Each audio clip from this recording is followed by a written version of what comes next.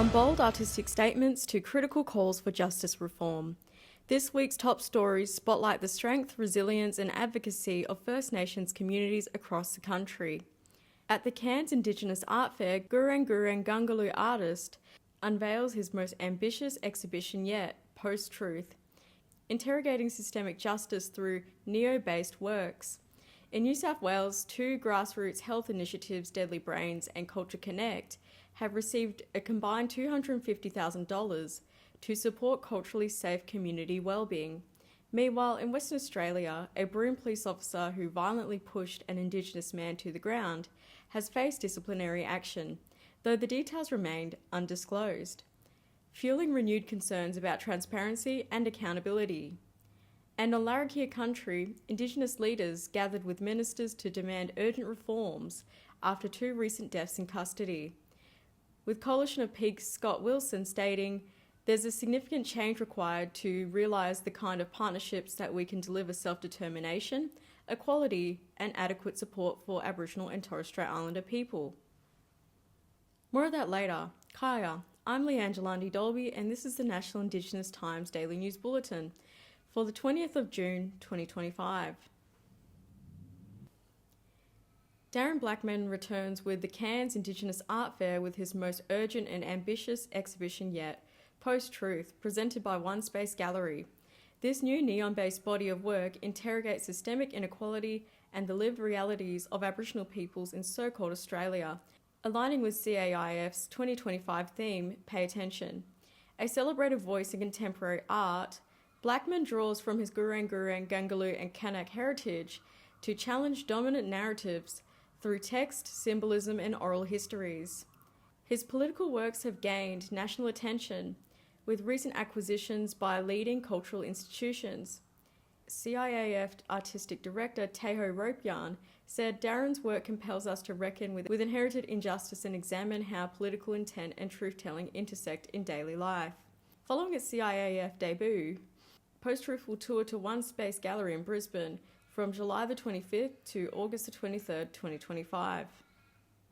Two community-led health initiatives supporting First Nations communities in New South Wales have received a combined $255,000 from the Newcastle Permanent Charitable Foundation to improve cultural safety and wellbeing. Neura's Deadly Brains program was awarded $200,000 to engage in Central, West and Mid-North Coast communities in research around brain health, grounded in yarning circles and community input. Research assistant and R&D woman Kylie Sullivan said, "We're really excited to work with our community partners to achieve great outcomes." Meanwhile, Coast and Country Primary Care received $50,000 for its Culture Connect pilot, developed by Mingaletta Aboriginal and Torres Strait Islander Corporation, to support mental wellbeing and resilience on the Central Coast through age-specific, culturally safe peer-led programs.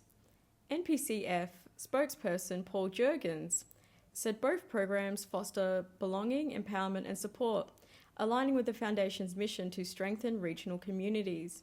Since 2003, NPCF has distributed $27 million in grants across regional New South Wales.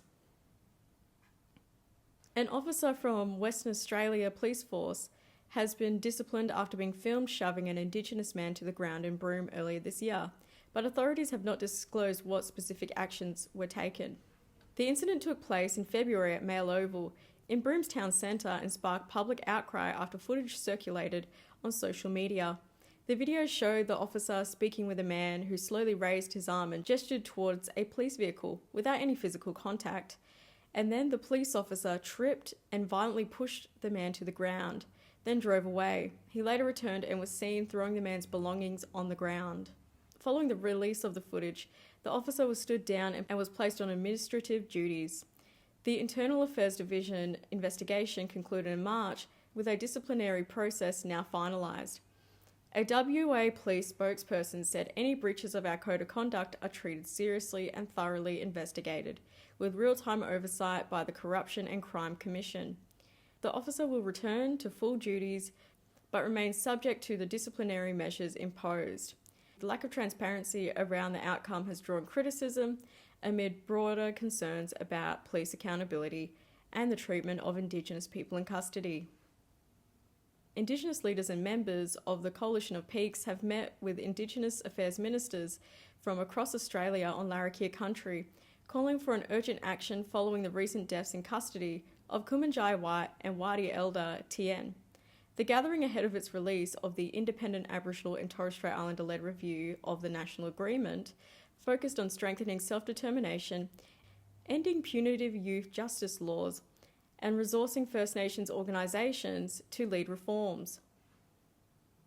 Scott Wilson, acting lead convener of the Coalition of Peaks, said there is a significant change required to realise the kind of partnerships that can deliver self-determination, equality and adequate support for Aboriginal and Torres Strait Islander people.